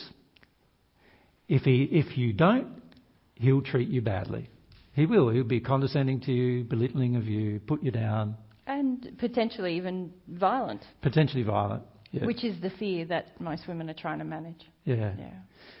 So it is an intergender problem, but in all of what I just said, I'm not saying that men are not responsible for their bad behaviour. You follow? Men, you are responsible, no matter how you've been brought up, no matter how you've been treated by women in the past, no matter how you've been pandered to by your mummies, right? And no matter what other things have happened, it does not justify your bad behaviour towards women. Even if women want you to treat you them badly, you should not do it. You understand? Just because somebody wants you to, it doesn't mean that you now should be able to get away with it. Right? So don't do it. And of course, it also means that when a woman feels afraid, you should not rescue her from her fear. You shouldn't feel like you're a great man rescuing her from her fear. If you do, that's a part of the problem. You follow? You need to go, right, she's afraid. Now I'm inclined, there'll be an inclination in you because of the sin to go, now I've got to rescue her. Right? Now I've got to be the man for her. Now I've got to prove myself to her by, protecting her from what's happening. She can handle it. She's been created to handle it, and there's a lot of things she handles better than you do. And as women, we mustn't protect the fear in each other and be like, oh yeah, it's so bad, you're so scared, it's not safe. Correct. We can do that, I think, a lot in groups of women. So it does require some courage on the part of women to be able to stand up to men who make you feel afraid. Yeah, and just feel what comes up when Totally. Yeah. And the reality is, we need to do that for our own selves, and waiting on men, which is what I do see as a sort of a general kind of attitude once women have some education, is the demand on men or waiting on men to sort it out. So really the feeling is so that I don't have to feel about it, which doesn't work. But we as women are more likely to do it before the men anyway. Yeah. And if we keep making excuses for ourselves, we just delay our own happiness, and we support the ongoing sin around us as well. And love would want to. Yes. Love, your relationship with God will cause you to want to do that. Yeah. And to want to see how Jesus wrote up the sort of 4 kind of aspects of ourselves that we talk about. Yeah. When you begin your relationship with God, you want to see everyone has those 4 aspects of them. In that priority. And so in our sin, often we see the opposite gender as a physical and sexual kind of a being. Even if we say we want an emotional or a spiritual man, we have a lot of demands that they sexually validate us and make us feel physically safe, which is a reduction of them in that's not a reality of who they are. And men also in their sin have a tendency to want the woman to sexually and physically validate them. Either she's a sort of a trophy. Like a sexual object. Like an object to display, or she's someone who provides them with sexual and physical validation, which is also a diminishing of the woman, of her true nature. Because she's far more than that. Yeah. And when you really grow in your relationship with God, you won't see people as genders anymore. They just will be individuals, Yeah. Thanks. You remember about the beginning, was it Friday morning, I said, how many of you are living alone? Put up our hands again, living alone. That's a lot, hey? This is why. All the things we've just been talking about. Yeah. Because there's no connection between the genders anymore. The men have a disconnection, and now women too have a disconnection. And many of you girls are trying to protect yourself from the men by being alone, by being separate, but also don't have the courage to, when a man is showing these kind of behaviour, to face up to it with him, to say, here you go again. You're being a mongrel again, man.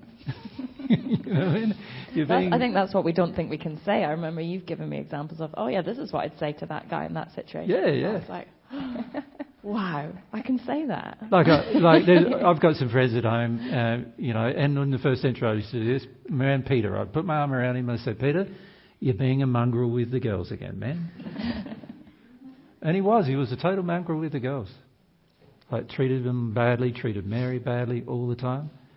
And I said, "You've got to change this, otherwise I don't want to spend much time with you, man." Yep.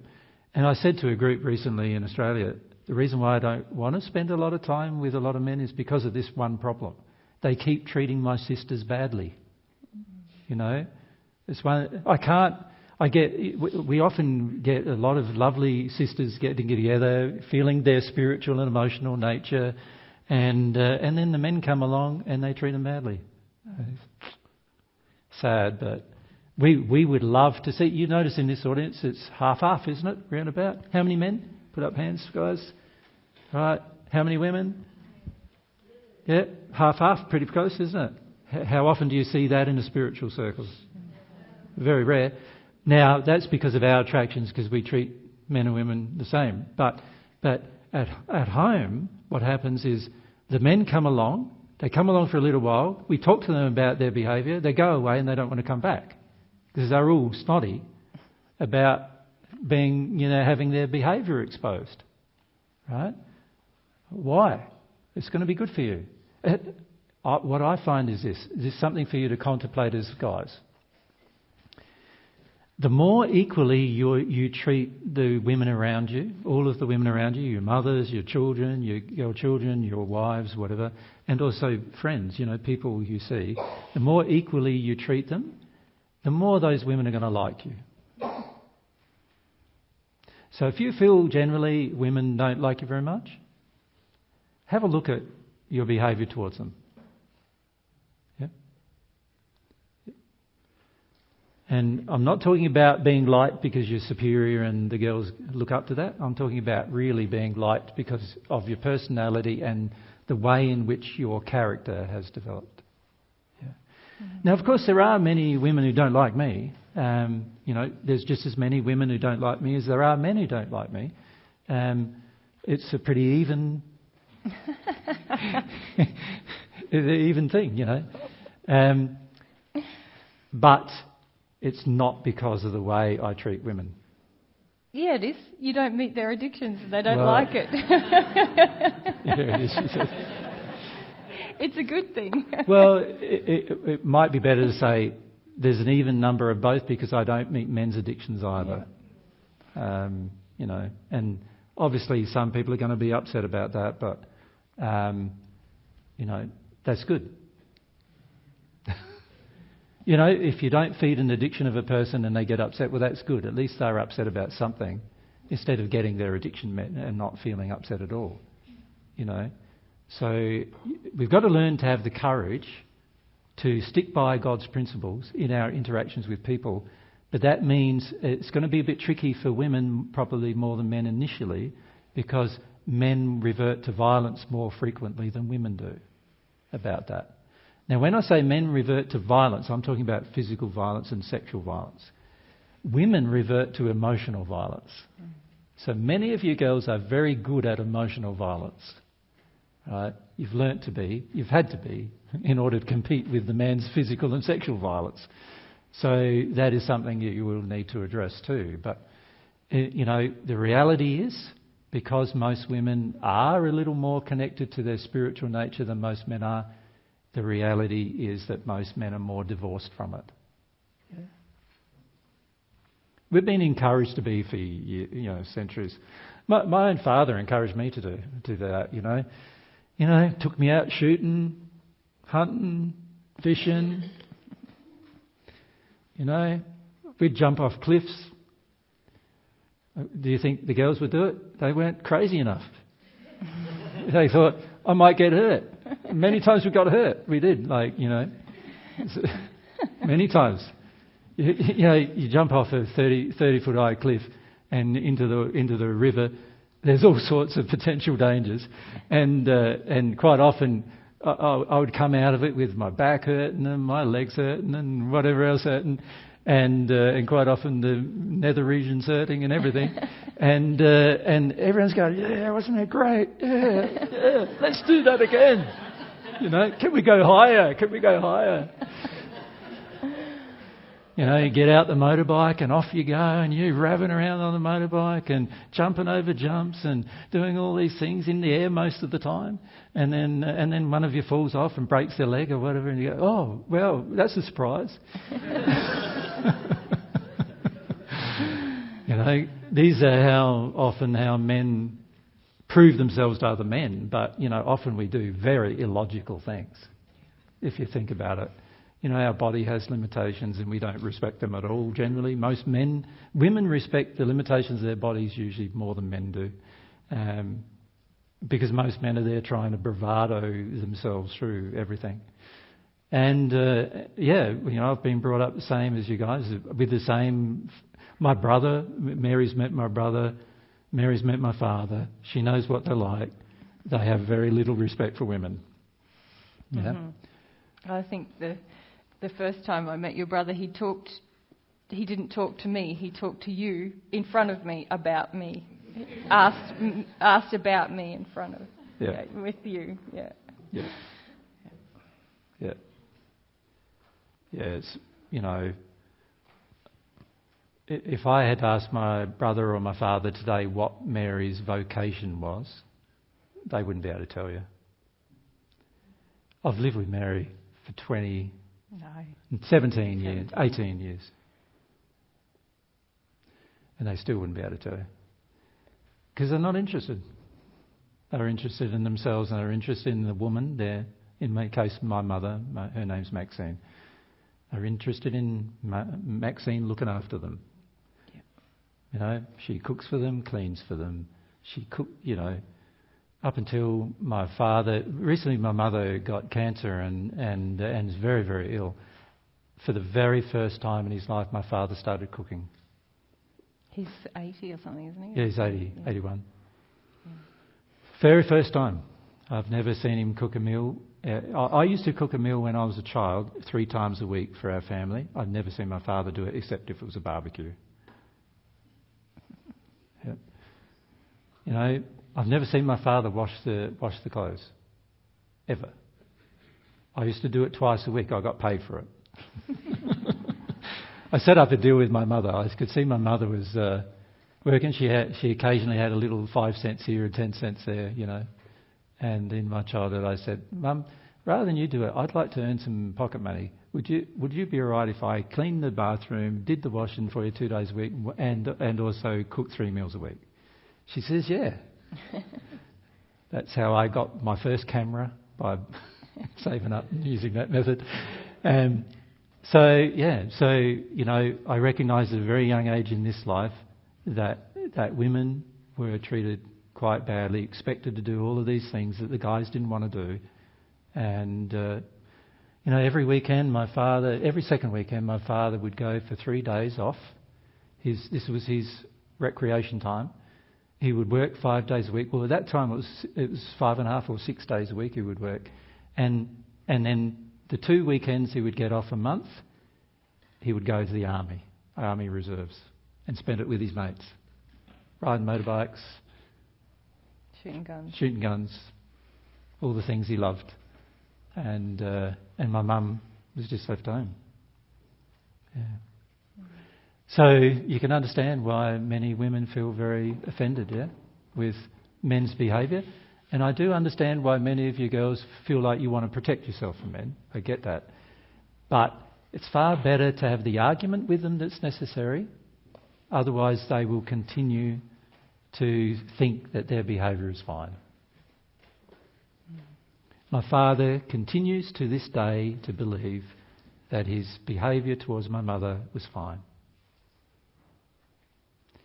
He's now 83. She's 79. And I'm sure that many of you could relate the same experience. Mm-hmm. Yep. So it is a problem we need to address, and the point of it being that how can you connect to God who has masculine and feminine qualities if you are in opposition to those feminine qualities? And I must say, and in opposition to the masculine ones too, because God's not a violent being. God's not a power-hungry person. He has power, but he doesn't wield it in your life, does he? Have you noticed that? Like, he has authority in the sense that he created the laws, but he could be bossing you around every single day, just like many of your husbands try to. But he doesn't, because it's not the true expression of masculinity. Yeah? So we need to come to understand, as both men and women need to come to understand what femininity is and what masculinity is. And we need to embrace it. But the only way we're going to get educated about that is to have God's version of it. And the only way we can get that is by having the relationship with God. Yeah. So remember I said Friday that everything gets back to whether you're going to receive love from God or not. That's where it gets back to. Yeah. Your future life, your future experiences, your future power, your future joy, all dependent upon it. And God's given you this opportunity. The opportunity's been available for 2,000 years now, given you the opportunity to receive this love on a personal level. And it doesn't make any sense to me why anyone wouldn't take it. But I do understand that people are not going to. But it doesn't make logical sense to me. Yeah. Anyway, Anna, does that help at all? Yeah, Yep. hugely, thanks. With the man-woman thing?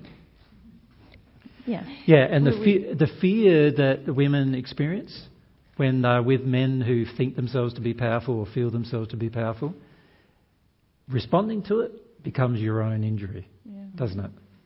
Yep. More sin. Yeah. Or sin. Yep. More sin. Yep. Yeah. And dismissing the men who are less confident, more sin. Yeah.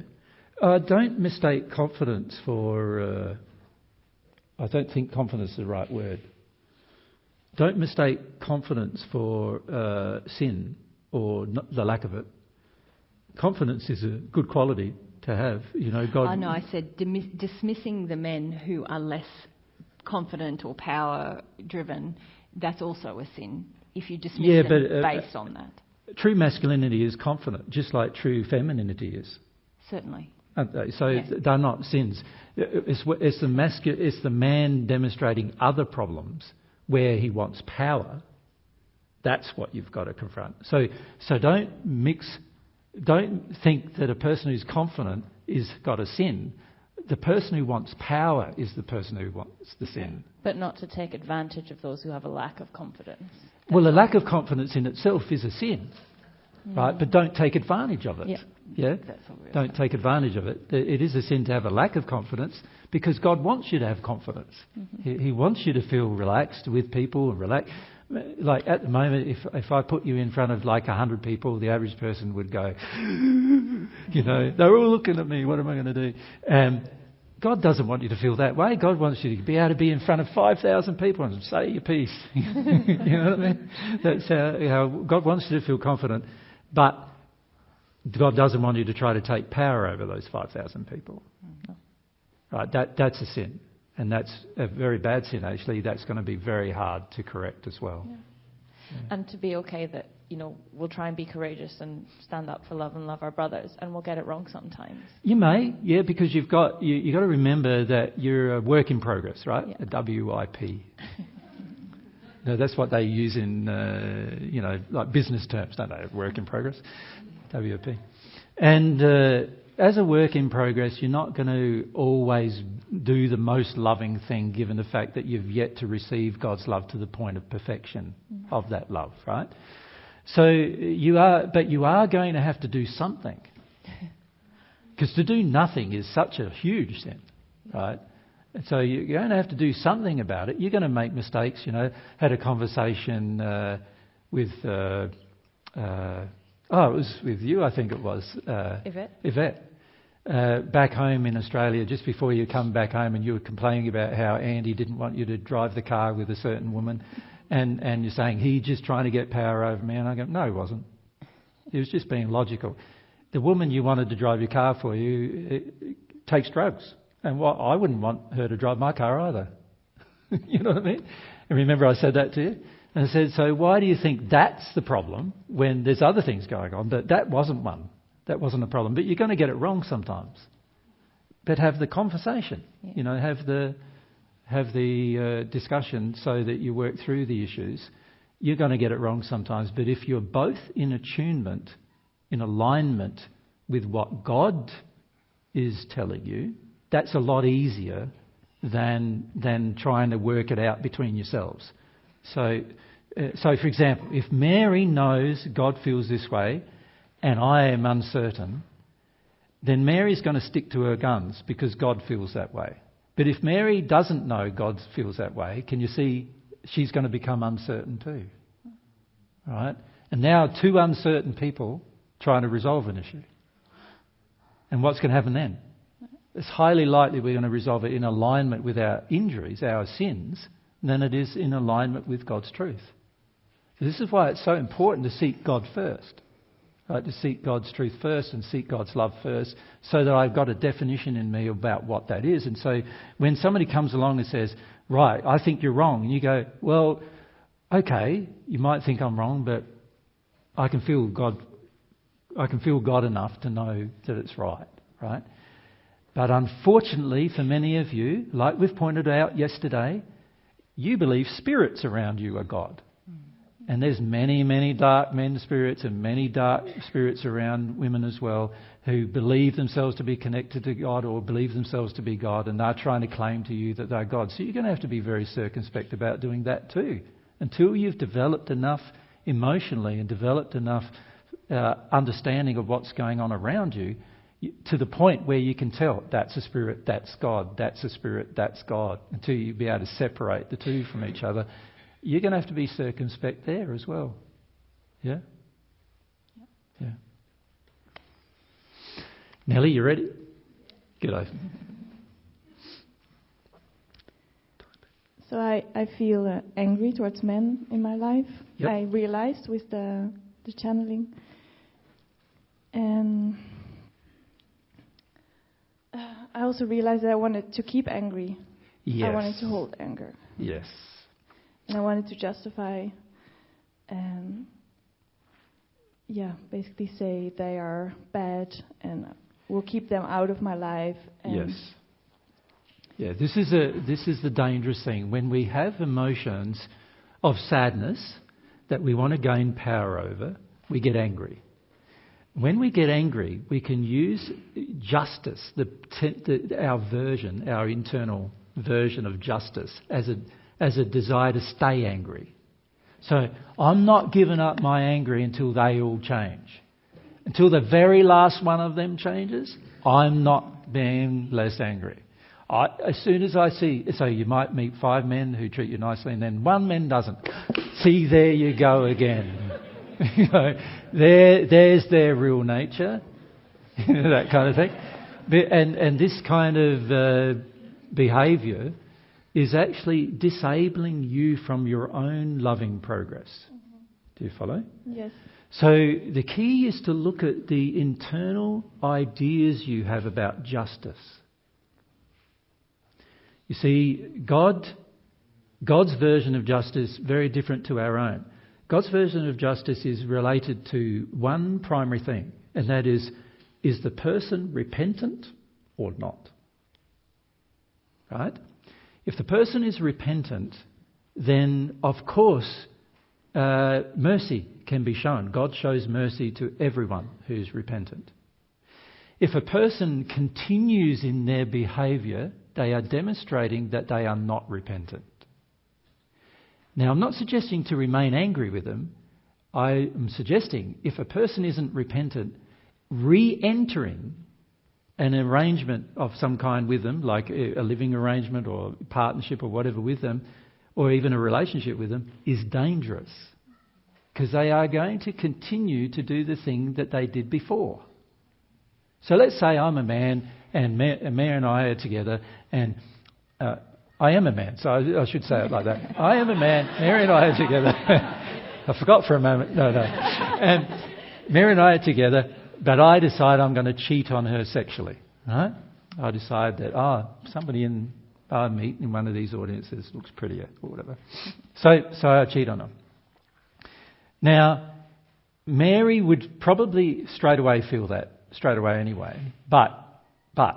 And find out about it. When she does find out about it, when does she re-enter a relationship with me sexually? If she wants to. Because she might not want to, ever again. That's her right, if that's what she wants to do. But if she wants to, what does she need to be very careful about doing? She needs to be very careful about thinking that because I say I'm sorry, that I'm actually sorry. Does that make sense? She needs to wait, really, until I have dealt with the emotions that caused me to have the desire to do such a thing. Because if she doesn't, I'm likely to do it again. Huh? But that's not I've still got to deal with my anger. Yeah. So regardless, she can release her rage or anger about how, I've done that and broken our bond. I'm not broken a piece of paper. I've broken a spiritual, emotional, sexual and physical bond, right, by doing that. So she could be upset about that being broken. She'll get to a point where she's perfect, where she wouldn't even get upset about it, but that doesn't mean that she would re-enter the relationship with me. Right? She would be firm. And what I see a lot of men doing, but I said I'm sorry. Don't you understand how sorry I am? I said I'm sorry. But I don't see them being sorry enough to actually deal with the reason why they did it. Right? God expects you to be sorry enough to the point that you actually deal with the reason why you did it. Then, from God's perspective, you're sorry. That's what repentance is. So, Mary would be wise to wait for me to have God's version of repentance before she re-entered the relationship with me. Does that make sense? Did you have more to your question, Nellie? No. Yeah, it was more that I realized that you said it before, like anger is your guide, and that I just realized now that the principle. Yeah. Of that it's showing you this. It's a doorway. Mm-hmm. It's a doorway. You need to go through your anger, just like Violetta had to go through some of her anger to get to the sadness, and you need to go through. You need to allow your sadness. I'm talking more the reason for the anger, which was about justice. Yeah. Whenever somebody does things that are wrong, internally we feel a sense of injustice, right? And the problem is we can use rage to stay. We can use our version of justice to stay in a place of rage. Mm-hmm. That harms yourself. You're no longer just harming other people with your rage. You're now harming yourself. It feels really bad to stay in a place of rage, right? And it does. It's a gut-wrenching thing to stay there. And the main reason why people stay there is they don't want to cry. They don't want to let go of the reason why they want to retain the sense of justice, which is that was done to me, I'm going to make them pay. I'm going to make them suffer. Yep. And the belief that I'm going to prevent my suffering by keeping them away, which actually isn't true. That's even more suffering because I'm alone. Yes, and also just the rage itself. You're carrying around the suffering. A suffering. Yeah, it's there inside. You can't relax and enjoy. It's a grief that's with you all the time. Yeah. And so it's going to have its effect. It has its effect physically, emotionally, spiritually, sexually, everywhere. And actually the very thing that Jesus was explaining before about the discernment, about whether someone is truly repentant or not, we are less discerning the further we are away from our own the further we are away from forgiveness. Yeah. So the more enraged we are, the less discerning we'll be about whether or not someone's truly repentant. As we get into our grief, we become more sensitive to it. And when our grief is when it's finished, when we've made our way through it and we've forgiven, that's when we're the most discerning about the other person's intentions now. And whether they're repentant or not. So it actually alters our reality, even being in holding on to rage. Yeah. The reality is repentance and forgiveness are two independent acts. When you forgive somebody, you're doing it for yourself. You're doing it so that you let go of the rage and the sadness that's within you about what happened. That's for you. You need to do that for you. The process of you forgiving another person, that's going to have to happen for your sake, right? But that doesn't mean that you will still, by that stage, when you do forgive a person, you'll be able to see, are they repentant? So their repentance is independent of your forgiveness. You understand? Mm-hmm. So when they say they're sorry, but you can feel and they act like they're not, then they're not. But when you're in a state of forgiveness, you would recognise that and go, yeah, they're not. You wouldn't be in a rage about it and go, yeah, you're not. You know, you just go, yeah, haven't changed yet. But also, sometimes you don't even tell. You want to accept the sorry because you want to have an addiction to avoid the sadness. Yeah. So you want somebody to be sorry so you don't have to cry. Yeah. That's a part of the justice feeling that you have. The part of the justice feeling you have is, I want all these guys to be sorry for how they treated me before I'm going to cry about how they treated me. Mm-hmm. And there's also almost a feeling that if they were all sorry for what they did, I wouldn't have to cry. But the trouble with that idea is that the sadness is now in you. Mm-hmm. So you are going to have to cry whether they're sorry or not, unfortunately. Right? Just like Violetta, she was going to have to cry whether the priests and the men who harmed her ever repent for what they did or not. She will need to cry for her own sake so she can let it all go, let all the pain go. And then God's love can come and heal her. And then she'll be free of it, even if the men aren't.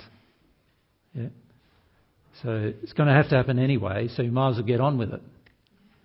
You know, get it over and done with as soon as you can, type of thing. That's sort of the approach I have with my feelings, is if you're going to have to cry, you might as well do it now. Not put it off to tomorrow, you know. Like, what's the point of putting off tomorrow something you could do right now? You might as well, if you've got to cry, do it now. Get it over and done with. You'll feel better tomorrow. You know? That's sort of the attitude we need to have. Remember the ant emotions? Treat them like they're not mountains. They're like anthills. We can get over them. But we have to feel them to get over them. Yeah. So the injustice feeling in many women, which many women have, and I don't know if you notice it, but you will notice it when you release your own injustice feelings, how many women are carrying around injustice feelings. It's quite intense. Mm-hmm. I understand why they are, because most women have been treated so unjustly most of their lives, many times without even realising how unjust it's been, right? And when they do, they get pretty upset about it. But even when they don't, there's some kind of soul knowing that it's been unjust, right? And so there's a lot of anger in many people and many women. There's a lot of anger about this. When you get rid of your own, you reckon, I recognise that in these other women that you're with. You know, you go, oh yeah, you've got what I used to have. You know, this sense of justice, and I've got to stick to my guns type of thing. And when you release it, you'll realise, I feel free of that now, and how much freedom that's giving you, but also how much freedom it's giving you to assess the accuracy of a man's true feelings. Yeah. Sure. When you're angry, you're going to think that every man's the same. When you're no longer angry and you've worked through your grief about how men have treated you, you'll be able to tell, there's another man who's the same, there's another man who's the same, there's another man who's the same. Oh, there's another man. He's not the same. You'll be able to tell the difference. You'll find there is a lot of men that are the same with regard to this injury, but you'll also find the occasional one who isn't. Mm. Yeah. How's the time going, guys? It's 3:10, Don. How many of you need to wee? Is this yeah?